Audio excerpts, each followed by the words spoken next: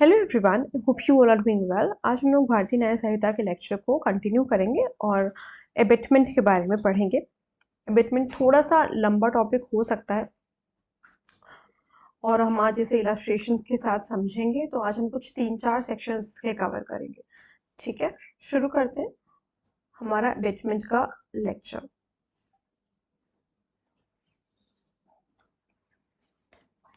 Chapter number 4 BNS में हमें abatement के बारे में बताया गया है of abetment, criminal conspiracy and attack. Section number 45 defines abatement. Abatement of a thing. It means a person abets the doing of a thing who instigates any person to do that thing. Instigate करता है, उकसाता है कुछ करने के लिए, कोई offence करने के लिए, या engages with one or more person or persons in any conspiracy, या खुद जो है वो जो पर्सन अबेट कर रहा है वो किसी कॉन्स्पिरेसी में एंगेज कर रहा है। तो क्रिमिनल कॉन्स्पिरेसी की से भी एक वे है जिससे हम कह सकते हैं कि अबेटमेंट होता है।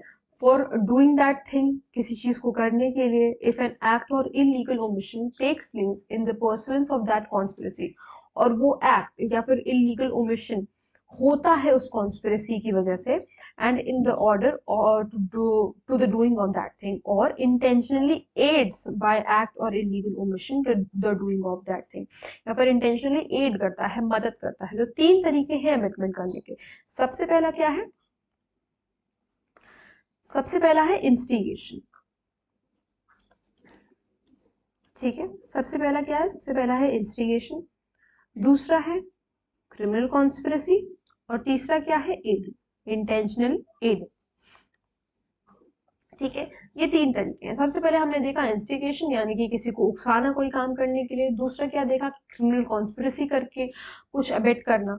ठीक है, और तीसरा क्या देखा? तीसरा देखा कि इंटेंशनली एड करना, इंटेंशनली किसी की मदद करना, कोई ऑफेंस, कोई एक्ट करने के लिए, कोई इलीगल ओमिशन करने के लिए। इलीगल ओमिशन करने का मतलब ये है कि आपकी ड्यूटी थी कोई एक्ट परफॉर्म करने की, बट वो एक्ट आपने परफॉर्म नहीं किया, तो हम कहेंगे आपने उसको इलीगली ओमिट किया है। ठीक है, अब देखो एक्सप्लेनेशन 1 क्या कह रहा है। हम इस एक एक चीज को, अबेटमेंट के पूरे टॉपिक को इलस्ट्रेशंस के साथ समझेंगे, तो हो सकता है कि थोड़ा सा वक्त लगे एक एक चीज को देखने में। ध्यान से अंत तक जो है इस लेक्चर के साथ आप लोग बने रहिएगा।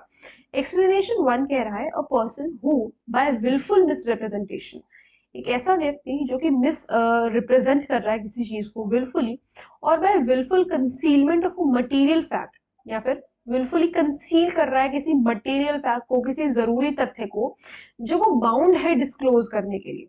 उस डिस्क्लोज करना उसकी ड्यूटी है, he is duty bound to disclose it, but he is not disclosing it. Voluntarily causes और procures or attempts to procure a thing to be done is said to instigate the doing of that thing। तो हम कहेंगे कि उसने instigate किया है ऐसा काम करने के लिए, ऐसा काम ऐसी चीज को। ठीक है, इलस्ट्रेशन देखिए। A police officer is authorized by a warrant from a court to apprehend Z, B knowing the fact and also that C is not Z।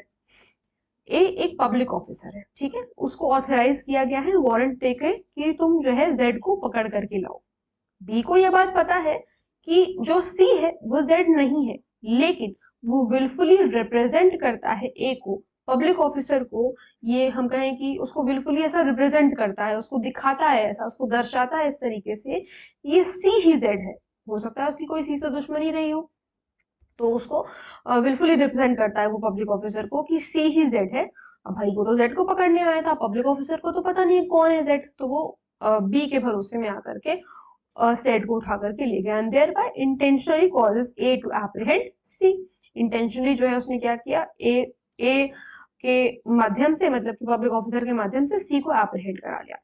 Here B abets by instigation the apprehension of C। तो यहाँ पर B ने क्या किया है, abet किया है instigation के द्वारा by the apprehension of C। ठीक है, then explanation 2, whoever either prior to, या तो पहले, और at the time of the commission of an act, या फिर जब एक्ट हो रहा है उस वक्त, जब एक्ट हो रहा है उस वक्त, जब एक्ट हो रहा है उस वक्त, या फिर उससे पहले, does anything in order to facilitate the commission of that act, कुछ भी अगर ऐसा करता है जिससे वो फैसिलिटेट कर रहा है उस कमीशन को, उस एक्ट के कमीशन को, मदद कर रहा है, कुछ भी कर रहा है, फैसिलिटेट मतलब कि चीज और आगे बढ़ रही है उसके कुछ भी करने की वजह से, and thereby facilitates the commission thereof is said to aid the doing of that act. हम कहेंगे कि उसने एड किया है ऐसा इंटेंशनली। तो ये आपका जो ये आपका सी क्लॉज का, ये वाला आपका सी क्लॉज का एक्सप्लेनेशन दिया हुआ है, वो हमें एक्सप्लेनेशन 1 दिया हुआ था, वो ए क्लॉज का दिया हुआ था, ठीक है।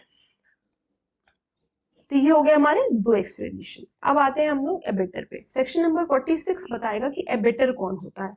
A person abets an offence, एक ऐसा व्यक्ति जो कि किसी ऑफेंस को अबेट कर रहा है। Who abets either the commission of an offence, या तो कमीशन को अबेट कर रहा है, या of the commission of an act which would be an offence, या फिर एक ऐसे एक्ट को, एक ऐसे काम को जो एक ऑफेंस हो जाएगा बाद में। if committed by a person capable by law of committing an offense with the same intention or knowledge as that of abettor, ठीक है। एक ऐसे व्यक्ति ने किया है जो कि उस वो ऑफेंस को कमिट करने के लिए सक्षम था, उसी सेम इंटेंशन और नॉलेज से, जैसा कि एबेटर का सेम नॉलेज और इंटेंशन है, ठीक है। अब देखो एक्सप्लेनेशन 1 क्या कह रहा है। एक्सप्लेनेशन 1 कह रहा है the abetment of the illegal omission of an act may amount to an offence although the abettor may not himself be bound to do that act. कह रहा है कि अबेटमेंट इलीगल ओमिशन का ऑफेंस तो बनेगा ही, भले ही वो जो अबेटर है वो खुद बाउंड नहीं था उस एक्ट करने के लिए, लेकिन उसने जिससे इलीगली ओमिट करवाया वो तब भी ऑफेंस रहेगा। इलीगल ओमिशन का मतलब अभी मैंने आप लोगों को बताया, इलीगल ओमिशन का मतलब ये है कि कोई पर्सन ड्यूटी बाउंड है कोई काम करने के लिए, ठीक है। कोई पर्सन ड्यूटी बाउंड है कोई काम करने के लिए, और अगर वो काम नहीं करता है तो हम कहेंगे कि उसने इलीगली ओमिट किया है। तो वही एक्सप्लेनेशन 1 कह रहा है कि इलीगल ओमिशन एक ऑफेंस तो रहेगा, it may amount to an offence, भले ही वो अबेटर खुद ड्यूटी बाउंड था वो एक्ट करने के लिए नहीं था, उससे कोई फर्क नहीं पड़ता, लेकिन अगर उसने अबेट किया है तो वो अबेटमेंट माना जाएगा इलीगल ओमिशन का, ठीक है। फिर explanation number 2 says to constitute the offense of abetment it is not necessary that the act abetted should be committed। जरूरी नहीं है, देखो अबेटमेंट का ऑफेंस कॉन्स्टिट्यूट होने के लिए, अबेटमेंट का ऑफेंस बनने के लिए ये बात बिल्कुल जरूरी नहीं है कि जो एक्ट अबेट किया गया हो वो कमिट भी हो, है ना। ये बात बिल्कुल भी जरूरी नहीं है कि अबेटर ने जो एक्ट करने को कहा वो कमिट भी हो जाए, वो उसका कमीशन भी हो जाए, ऐसा कोई जरूरी नहीं है। और that the effect requisite to constitute the offense should be caused, जरूरी नहीं है कि जो इफेक्ट नेसेसरी था कॉज होना, जो अबेटर का मतलब मंशा थी, जो उसका इंटेंशन था कि ये पर्टिकुलर इफेक्ट कॉज होगा, ये पर्टिकुलर रिजल्ट होगा, जरूरी नहीं है कि वही हुआ हो, है ना। तो ये इसमें बताया गया एक्सप्लेनेशन 2 में। अब इसकी इलस्ट्रेशन देखो। ए इंस्टिगेट्स बी टू मर्डर सी, ए जो है इंस्टिगेट करता है बी को सी को मर्डर करने के लिए, बी रिफ्यूज कर देता है मर्डर करने से। A is guilty of abetting B, लेकिन फिर भी ए गिल्टी रहेगा। ये हमारा इस पार्ट का है कि to constitute the offence of abetment is not necessary that act abetted should be committed. भाई क्या यहाँ पे एक्ट कमिट हुआ गया, लेकिन अबेटमेंट अपने आप में एक ऑफेंस है, जरूरी नहीं है कि एक्ट कमिट हुआ हो, abetment is itself is an offence, ठीक है। ये बात याद रखना।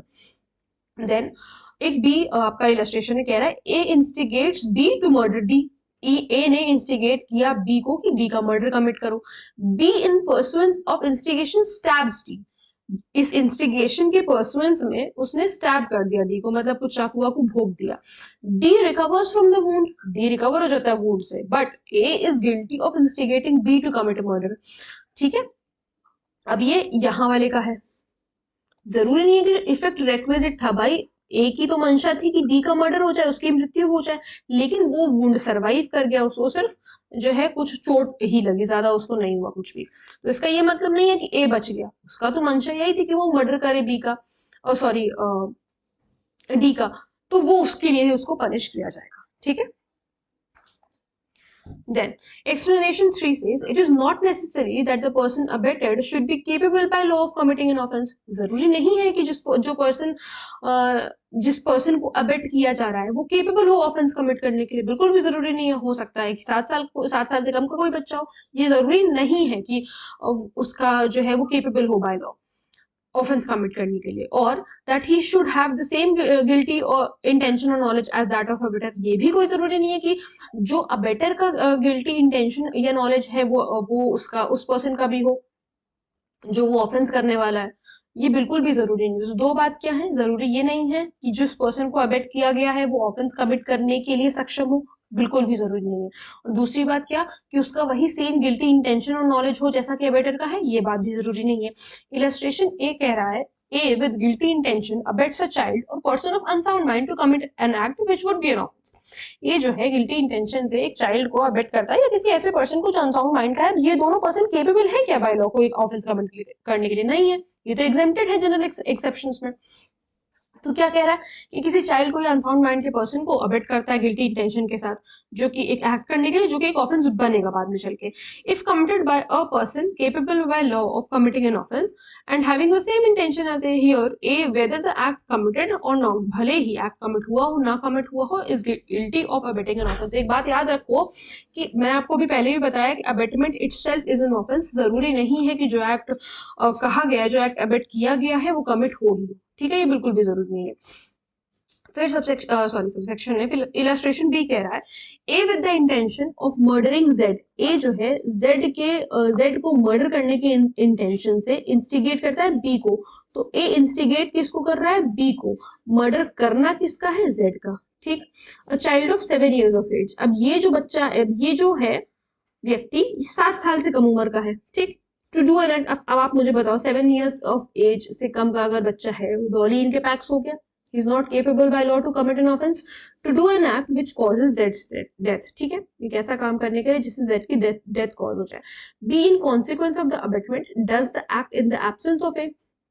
उसकी A वहां पर प्रेजेंट नहीं होता जब B वो एक्ट कर रहा है, तो ठीक है, उस अबेटमेंट के कॉन्सिक्वेंस में, उस अबेटमेंट के रिजल्ट में कोई एक्ट कर रहा है अगर जेड को मारने के लिए, उस वक्त ए वहां पर प्रेजेंट नहीं है, देयर बाय कॉजेस जेड्स डेथ, लेकिन उसने जेड की डेथ कॉज कर दी उस 7 साल से कम के बच्चे ने। Here though B was not capable by law of committing an offence, यहाँ पर भले ही बी केपेबल नहीं था उसकी एज को ध्यान में रखते हुए ऑफेंस कमिट करने के लिए, but A is liable to be punished in the same manner as if B had been capable by law.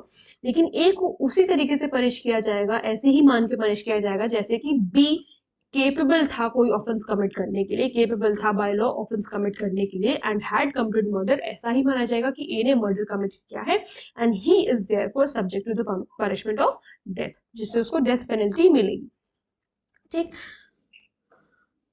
subject to the punishment of death. Okay. Then C says A instigates B to set fire to a dwelling house।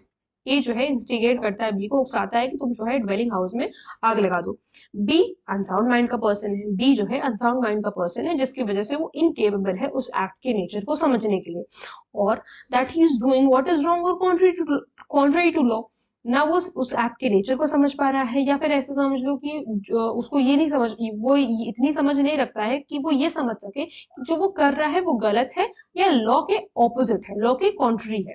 Sets fire to the house in consequence of A's instigation. A के उकसाने की वजह से वो जो है वाकई में आग लगा देता है घर पे, ठीक है। यहाँ पर बी ने कोई ऑफेंस कमिट नहीं किया है। क्यों नहीं किया है? Because he is not capable by law to commit an offence, but A is guilty of abetting the offense of setting fire to a dwelling house। लेकिन A तो गिल्टी होगा क्योंकि उसने अबेट किया है उस ऑफेंस के लिए and is liable to the punishment provided for that offence, और जो ऑफेंस की पनिशमेंट बता रखी है वो उसके लिए लाइबल होगा, ठीक है। Then illustration D says A intending to cause a theft to be committed। A चाहता है कि कोई थेफ्ट कमिट हो, instigates B to take property belonging to Z out of Z's possession। और बी को इंस्टिगेट करता है कि जेड के पास से प्रॉपर्टी को लेकर के आओ। A induces B to believe that the property belongs to A.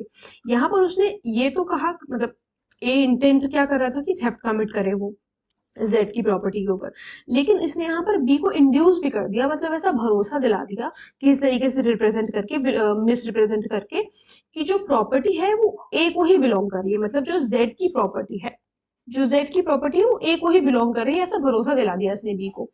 B takes the property out of Z's possession, और यहाँ पर जो B है वो Z के पोजेशन से बाहर जो है प्रॉपर्टी निकाल के भी ले आता है इन गुड फेथ, लेकिन गुड फेथ ये बिलीव करते हुए कि वो A की प्रॉपर्टी है। B acting under this misconception does not take this honestly and therefore does not commit theft। क्योंकि वो इस मिसकंसेप्शन में ऐड करा था, इस वजह से उसने कोई भी थेफ्ट कमिट नहीं किया। He was in good faith believing, क्योंकि उसे ऐसा इंड्यूस कराया गया कि वो प्रॉपर्टी उसकी है, but A is guilty of abetting theft, लेकिन ए जो है गिल्टी है थेफ्ट को अबेट करने के लिए और लाइबल है उसी सेम पनिशमेंट के लिए ऐसे कि बी ने थेफ्ट कमिट किया है। एक बात याद रखो कि जो पनिशमेंट जिस पर्सन को अबेट किया गया है, जो भी ऑफेंस उसने कमिट किया है, जैसे मान लो कि अगर उसने मर्डर कमिट किया है तो मर्डर की ही पनिशमेंट अबेटर को मिलती है, ठीक है, सेम पनिशमेंट मिलती है, same punishment for the offence, ठीक। The abatement of an offense being an offense, the abatement of such an abatement is also an offense. Abatement का abatement भी offense है, ठीक है, ये बात याद रखिए, लिख लीजिए कहीं पे, abatement का abatement भी offense है, यहीं पर लिख लो, abatement का abatement भी offense है, ठीक है। देखो इलस्ट्रेशन क्या कह रहा है, ए इंस्टिगेट करता है बी को, A instigate B to instigate C, A B को उकसा रहा है कि तुम जाके सी को उकसाओ कि जेड का मर्डर कर दे, बी अकॉर्डिंगली इंस्टिगेट करता है सी को जेड का मर्डर करने के लिए। भाई यहाँ पे अबेटमेंट का अबेटमेंट ही तो हो रहा है, पहले ए ने बी को उकसाया, फिर जाए बी जो है सी को उकसा रहा है जेड का मर्डर करने के लिए, and C commits that offence in consequence of B instigation. अब सी जो है लास्ट में जब ये बचे तो इन्होंने बी के इंस्टिगेशन पर, क्योंकि बी ने सी को उकसाया था, तो बी ने तो सी ने क्या किया, ऑफेंस कमिट कर दिया बी के इंस्टिगेशन पर। B is liable to be punished for his offence with the punishment of murder. B तो लाइबल हो गई क्योंकि उसने ऑफेंस अबेट किया है एक ऐसा ऑफेंस, मर्डर का ऑफेंस, उसके लिए वो लाइबल होगा उसके पनिशमेंट के लिए। And as A instigated B to commit the offence, यहाँ पर क्योंकि ए ने इंस्टिगेट किया था बी को, so A is also liable to the same punishment, तो ए को भी वही सेम सजा मिलेगी मर्डर की। तो इसमें कुछ ऐसा बहुत वो डिफिकल्ट नहीं था जो नहीं समझ में आएगा, बस इतनी सी बात है। पहले एक ने इस व्यक्ति को इंस्टिगेट किया, फिर इसने किसी दूसरे को इंस्टिगेट किया इसको मारने के लिए, तो इसको भी सजा मिलेगी, ठीक, इसको तो सजा मिलेगी ही मिलेगी और इसको भी सजा मिलेगी। अब यहाँ पर हम अबेटर की बात कर रहे हैं ना, तो इसको जो जिसने ऑफेंस कमिट किया भाई देखो उसको तो सजा मिलेगी ही मिलेगी, ये लेकिन ये तो ये दोनों जो अबेटर है इन दोनों को भी सजा मिलेगी भाई, सेम सजा जो कि मर्डर की पनिशमेंट होगी, ठीक। फिर उसके बाद एक्सप्लेनेशन नंबर 5। एक्सप्लेनेशन नंबर 5 क्या कह रहा है, it is not necessary to the commission of the offence of abetment by conspiracy that the abettor should concert the offence with the person who commits it.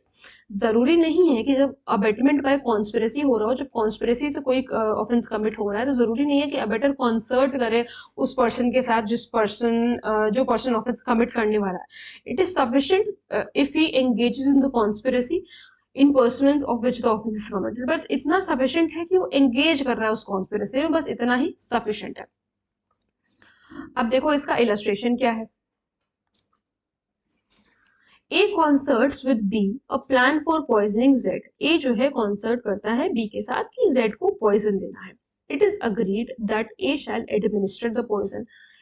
ये agree हो गया दोनों के बीच में, ए और बी के बीच में, कि ए जो है एडमिनिस्टर करेगा पॉइजन, ए जो है पॉइजन देगा। B then explains the plan to C, mentioning that the third person is to administer the poison. देखो तीन लोग हैं यहाँ पर, A भी है, B भी है, C भी है। इन दोनों ने आपस में प्लान तो कंसर्ट किया, ठीक है, इन्होंने आपस में प्लान बनाया कि Z को जो है पॉइजन देना है और A मान भी गया। तो पॉइजन एडमिनिस्टर कौन कर रहा है, ये एडमिनिस्टर कर रहे हैं पॉइजन। B जो है बाद में ये प्लान C को समझा देता है और कहता है कि ये जो थर्ड पर्सन है ना, ये ए जो है, ये जो थर्ड पर्सन है ये पॉइजन एडमिनिस्टर करेगा, but without mentioning A's name. लेकिन वो ए का नाम नहीं लेता, बस बता देता है कोई थर्ड पर्सन है, कोई तीसरा व्यक्ति है जो पॉइजन देगा, ये इसका नाम नहीं लेता बी, ठीक है।